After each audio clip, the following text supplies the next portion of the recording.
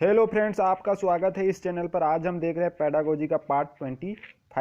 Part 1 से part 24 तक का वीडियो ऑलरेडी अपलोडेड है, उसे भी आप देख लीजिए।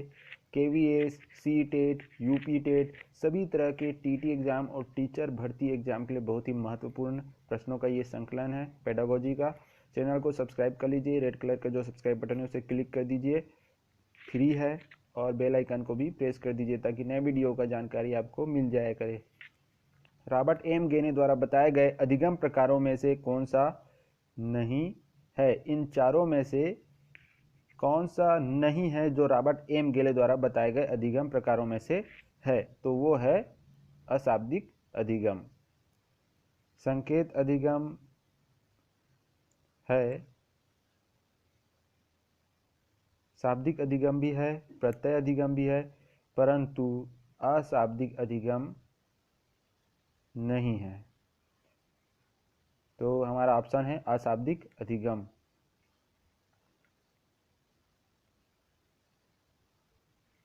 अशाब्दिक अधिगम रॉबर्ट एम गेनो द्वारा बताए गए अधिगम प्रकारों में से नहीं आता। संकेत आता है, शाब्दिक आता है, प्रत्यय आता है, अशाब्दिक नहीं आता। थार्नडाइक के किस नियम के संतोष और असंतोष का नियम भी कहते हैं? तो इसका सही आंसर है प्रभाव का नियम, ऑप्शन 3। क्योंकि थार्नडाइक के इस नियम को संतोष और असंतोष का नियम भी कहते हैं। संतोष और असंतोष का नियम, प्रभाव का नियम। गौरतलब है कि थार्नडाइक के जो सिद्धांत दिया था उसमें 3 स्टेज थे: अभ्यास का नियम, तत्परता का नियम, प्रभाव का नियम। और उसमें से प्रभाव का नियम संतोष और असंतोष का नियम भी कहलाता है। बुद्धि लब्धि ज्ञात करने का सूत्र किसने दिया था? तो बुद्धि लब्धि का जो सूत्र है वो दिया था स्टर्न ने। ऑप्शन 2 सही है इसका, ऑप्शन 2। विलियम स्टर्न ने इसको दिया था। ऑप्शन 2 बिल्कुल सही है। इसमें जो सूत्र है उसको विलियम स्टर्न ने दिया था। और मानसिक आयु के बारे में बताया था अल्फ्रेड बिने ने। तो ये ध्यान रखना है कि जब बुद्धि लब्धि का सूत्र पूछ रहा है कि किसने प्रतिपादित किया या किसने बताया, तो स्टर्न ने बताया था। ठीक है।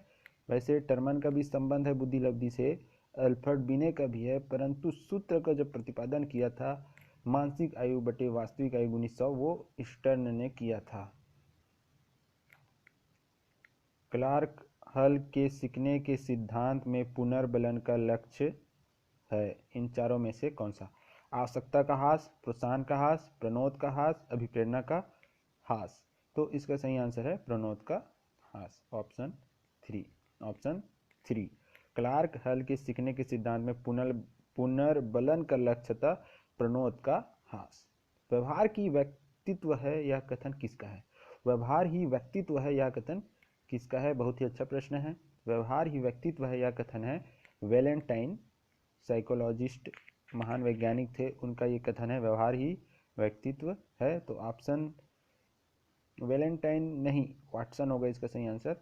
व्यवहार ही व्यक्ति है यह कथन था वाटसन का। व्यवहार ही व्यक्तित्व है यह कथन था वाटसन का। तो वाटसन सही याद रखिए, वाटसन, वाटसन सही आंसर इसका, वाटसन सही आंसर है, ऑप्शन 3 सही आंसर है।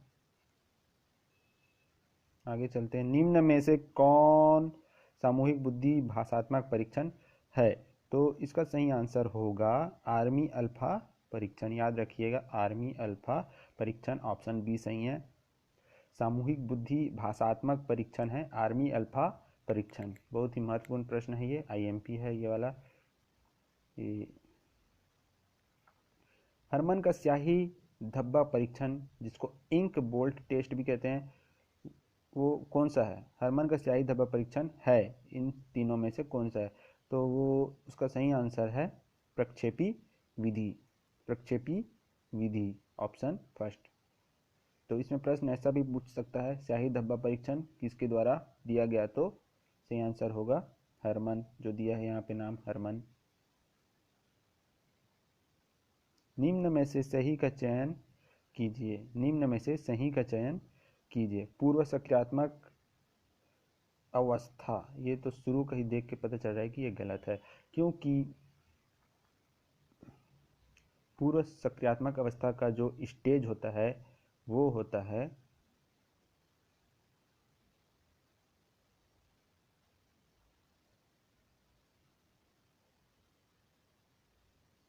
इसमें सही का चयन करना है। पहला गलत है, दूसरा भी गलत है, तीसरा भी गलत है और चौथा सही है। तो जो सही है वो बताना है। हम ये भी जान लेते हैं कि सही इसका जो मिलान होगा वो क्या होगा। तो पूर्व सक्रियात्मक अवस्था सबसे पहले आता है संवेदी प्रेरक अवस्था 0 से 2 ईयर्स, 0 से 2 वर्ष। उसके बाद आता है पूर्व संक्रियात्मक अवस्था, उसके बाद आता है पूर्व संक्रियात्मक अवस्था 2 से 7 वर्ष। उसके बाद आता है मूर्त संक्रियात्मक अवस्था 7 से 11 वर्ष। और उसके बाद आता है औपचारिक संक्रियात्मक अवस्था, जिसको अमूर्त संक्रियात्मक अवस्था भी कहीं कहीं कहते हैं, वो होता है 11 से 15 वर्ष।